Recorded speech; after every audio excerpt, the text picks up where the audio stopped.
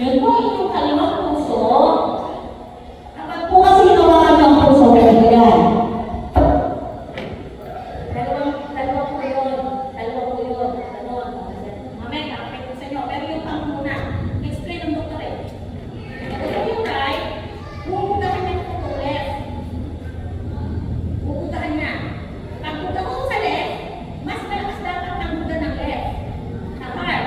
Kasi yung left na heart, siya ang nag-distribute ng mineral sa katawan. So, ganun po siya. Huhuga siya ganon.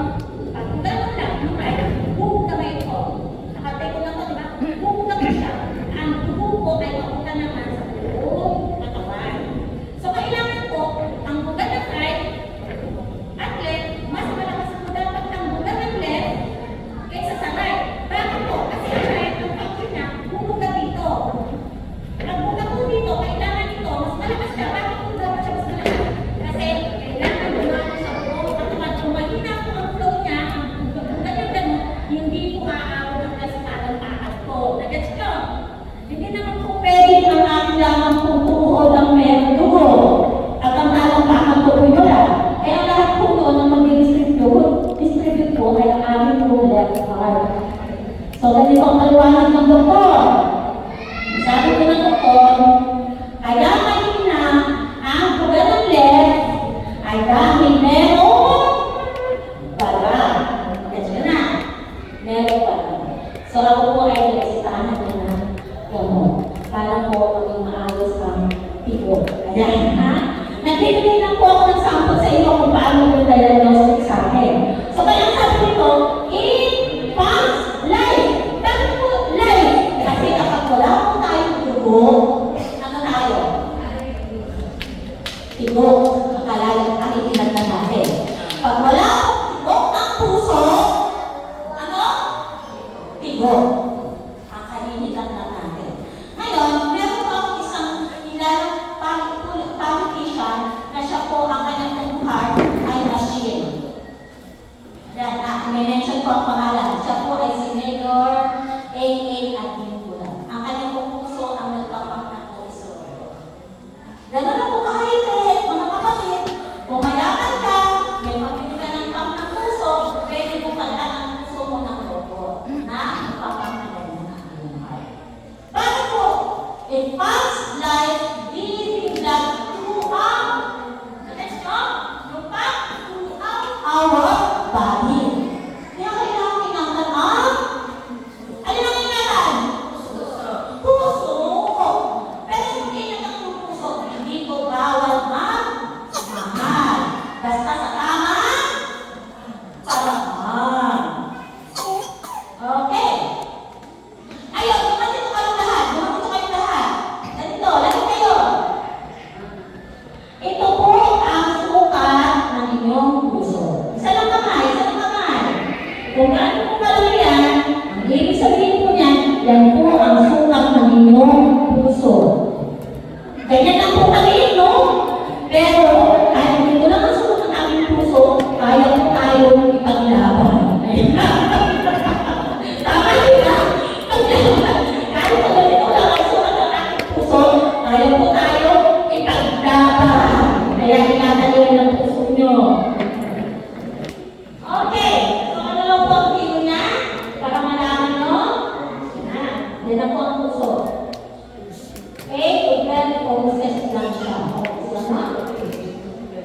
Ayan. The heart beats about 72 times a minute. Ganyan po kabilis ang tibok. 72 times per minute.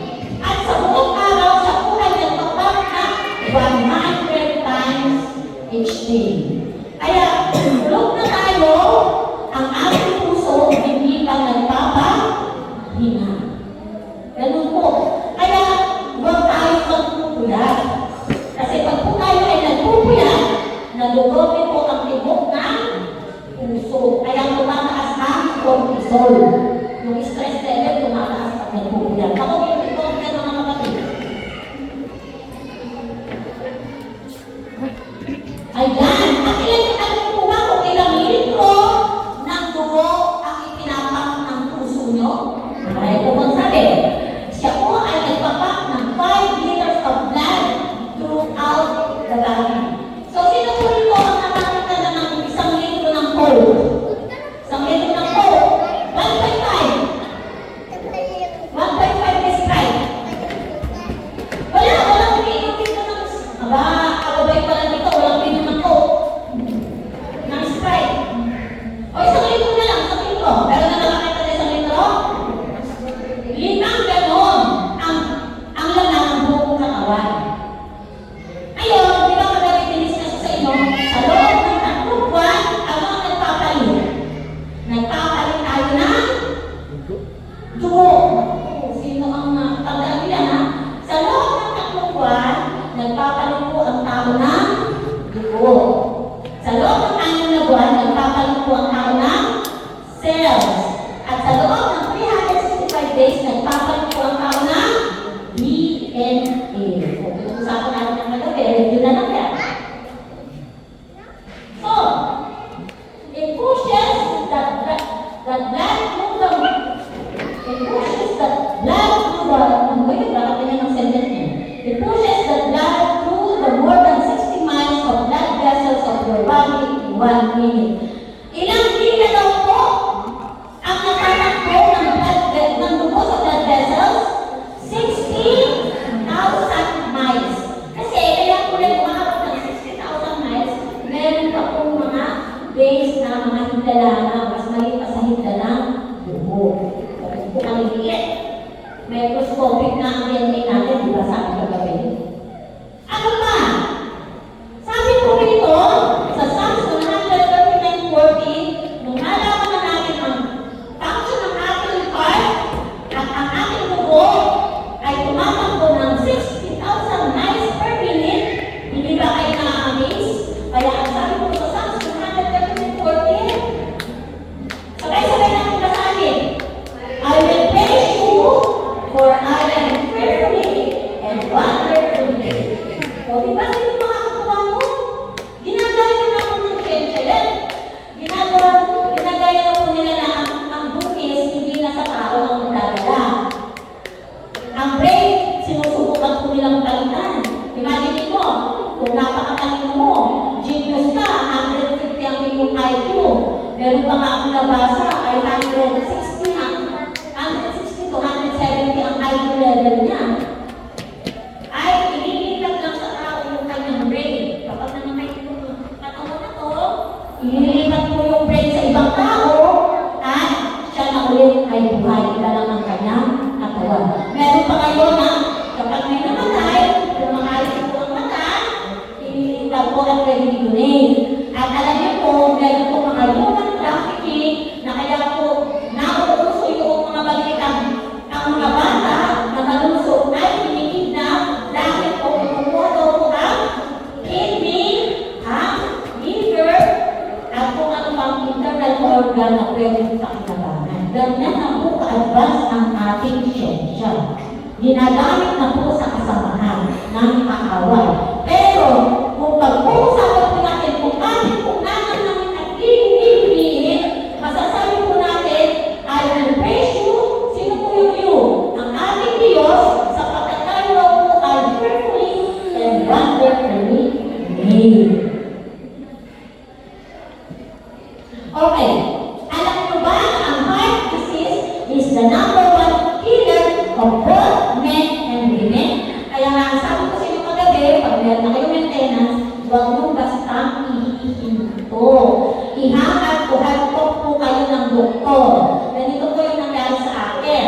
Nung ako kayo nagsimula, ang sabi ng doktor ay, sige, try na natin kung pwede ka pang hindi mag-maintenance. Kasi nga po, ang mga tao ay ngayon ang kanilang thinking in terms of maintenance medicine. Diba po? So, nag-trial po kami. 5 mg muna, 5 mg. 30 days. Hindi tayo po umababa ang blood pressure. So, nag-trial ko rin ng pinalitan ko ng gamot. Ginawa ko 7.5 to 10 mg a day. After po ng another 30 days, hindi pa rin po bumababa. So, binigyan po ako ng 15 mg. Yung po yun ay 5/80. Parang naman, 5/100. Yung po over ang pinatutunan pinag-uusapan natin yung over, ha? So ako po ngayon ay 5/80. Kaya hindi po pwede itigil. Pag po itigil at nag-shoot sa gabi, mamamatay ako na wala sa oras, no? So ibig sabihin, huwag makatakot kasi nagtatry out po ang ating katawan. Alam po ng doktor kung ano ang gagawin. Ang kailangan lamang ay sumunod, no? Sumunod. Kung gusto mo maka ang buhay, sumunod. Kasi ang sinasabi natin dito, heart disease is the number 1 killer. Totoo po yan, ha? Walang halong biro yan, mga kapatid. Kaya sabi, the most common form of heart disease is coronary artery disease. Ano po yung coronary heart disease? Ha? Ito po yung bumabara. Ito po yung pumuputok. Yan po yung bumabara. Meron po ngayong bagong pag-operation, yung pong angioplasty. Oo, meron po akong bayaw na na-opera ng angioplasty. Alam niyo po, ang nangyari, ang lupa po ng tatay ay napasangla sa ospital. Dahil po sa mahal ng operasyon na yun. Ang operasyon namin po na yun ay nag-propose ng more than 1 million. So, kung hindi mo iingatan ang iyong puso, buti na lang po meron ng ganung operasyon ngayon. Pero nung araw po, wala noon. Ganun po yung mga modern science. Ano po, modern medical na ginagawa ng gawin. So, ano po ang cause ng CAD? Ano po ang CAD? Babalik ko? Coronary artery disease. Nakakaintindihan po tayo, ha? Hindi po ito kidney disease, ha? Ito po ay sakit sa ating artery. Yung bumabara, kaya pumutok. Alam niyo po ba yung ginagawa ng inyong maintenance? May-explain po yan sa akin ng doktor, eh. Halimbawa, ito po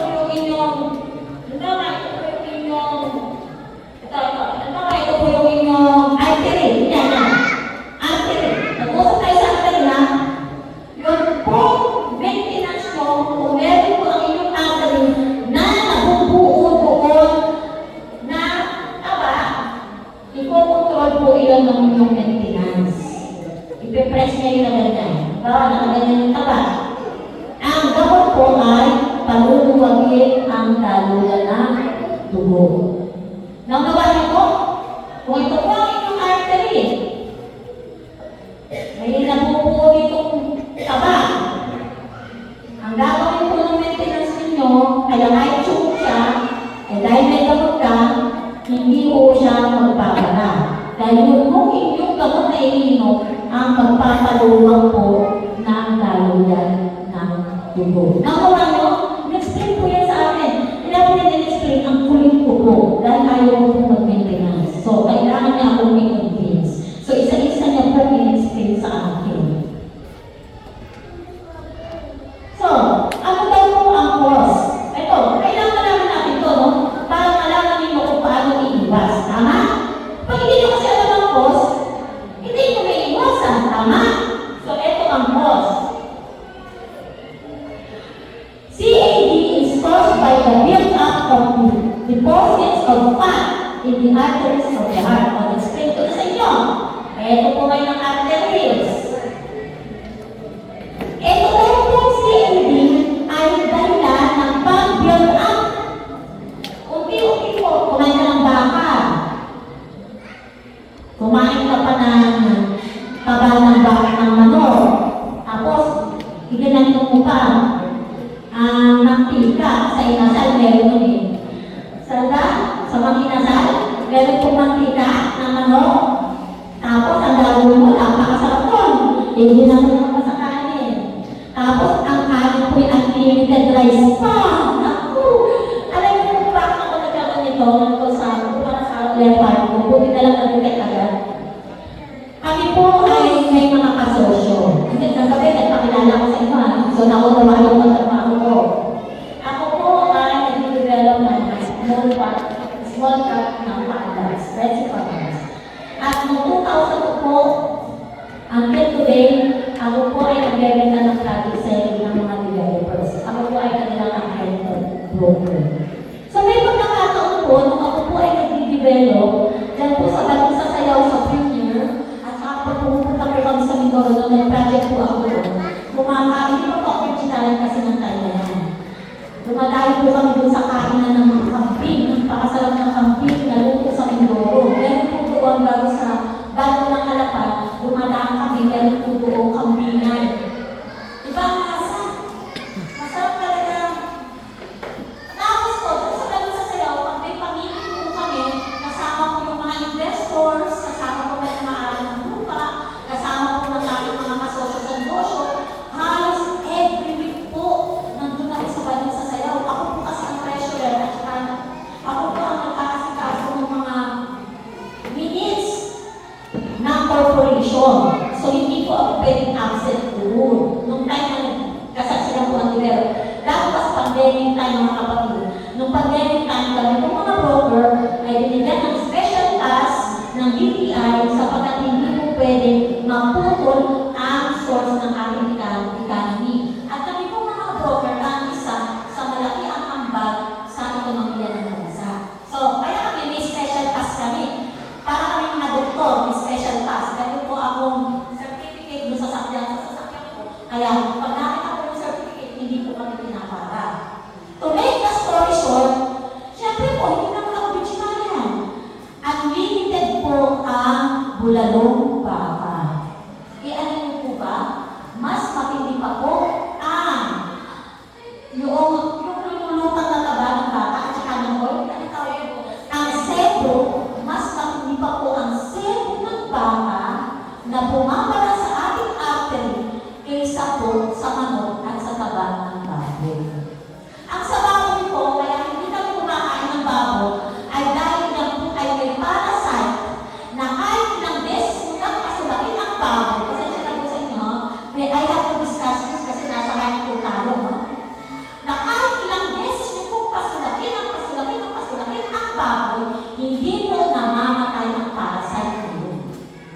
Pero ang baka naman, wala po yan siyang parasite. Katulad po siya ng lamb, katulad po siya ng bull, kasi po yan po ay, ang kinakain po ay mga damo.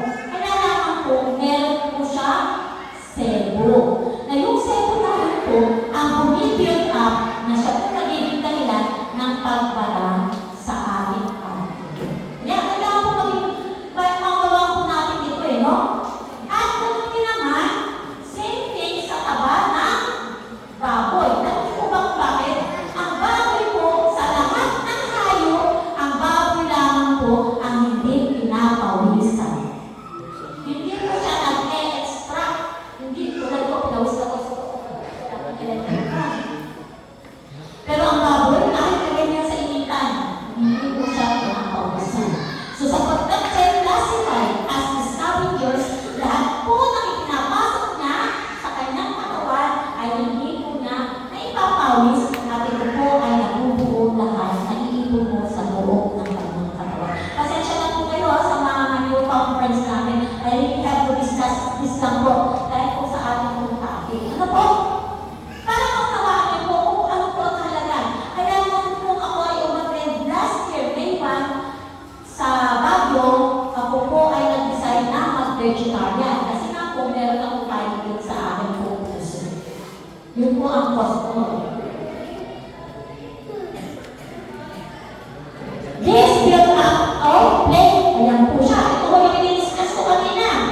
Nakita niyo po to? Ito po yung bumabara. Ito po ay taba. Taba po yan. Pag yan po ay nagigit, ito na po, tumigit na, hindi na po makakaraan ng inyong dugo. So kapag po hindi dumaan ng dugo, ito po ay ito. Yan po ang nagiging cause ng pagtaba o kapag sa ulo naman po ay stroke. No po? Kasi ang ating po yung brainer, hindi po arteries. No po? Therefore, some parts of the heart are deprived of blood that is rich in oxygen. Kaya nga kayo kakagabi, hindi pa sa iso napakapalad po ninyo dito sa Uyong-Uyong, sa Kaipaba, sa Narvaez, kasi marami pa pong puno. Ang inyong pong lugar ay mataas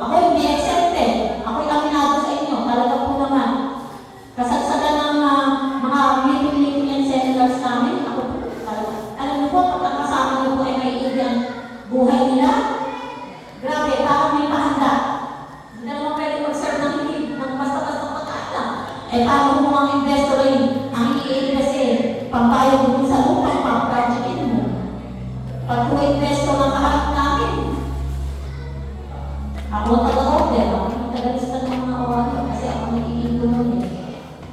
Naku, sabi ko sa inyo mga kapatid. Okay. The affected areas, nakita nyo, no? Ginagawa na, no? Nagkaroon na ng tama. Ano yung nangyayari sa affected areas? Ano po raw? Cannot function effectively. Kaya magugulat na lang kayo, nalalakas ang putok ulang sa dugo. Magugulat na lang kayo, nahihirapan po kayo matulog sa gabi. Bakit? Kulang sa dahon na dugo. Oo, ganyan nararanasan kayo. Yes, so, in coronary artery disease. Ayan. Ano naman daw? Ngunit, ano daw ang cause ng heart attack? Ito na. Ayan. If a piece of plate breaks off, it can form a clot. Nung namatay ang biyanan ko sa stroke, pinaano namin yung brain niya, pinasitis ka namin. So doon, makikita ko may mga clot. Kung alam ko area, yung talagang puputok, may clot, no? This can block the flow. Yan ang sinasabi. This can block the flow of blood to a section of the heart. Hindi na makarating sa dugo, ay sa puso ang dugo. Bakit? Kasi meron na clot. Yan. At ito ang kasaklat. Ano naman naging bunga? Yeah. Okay.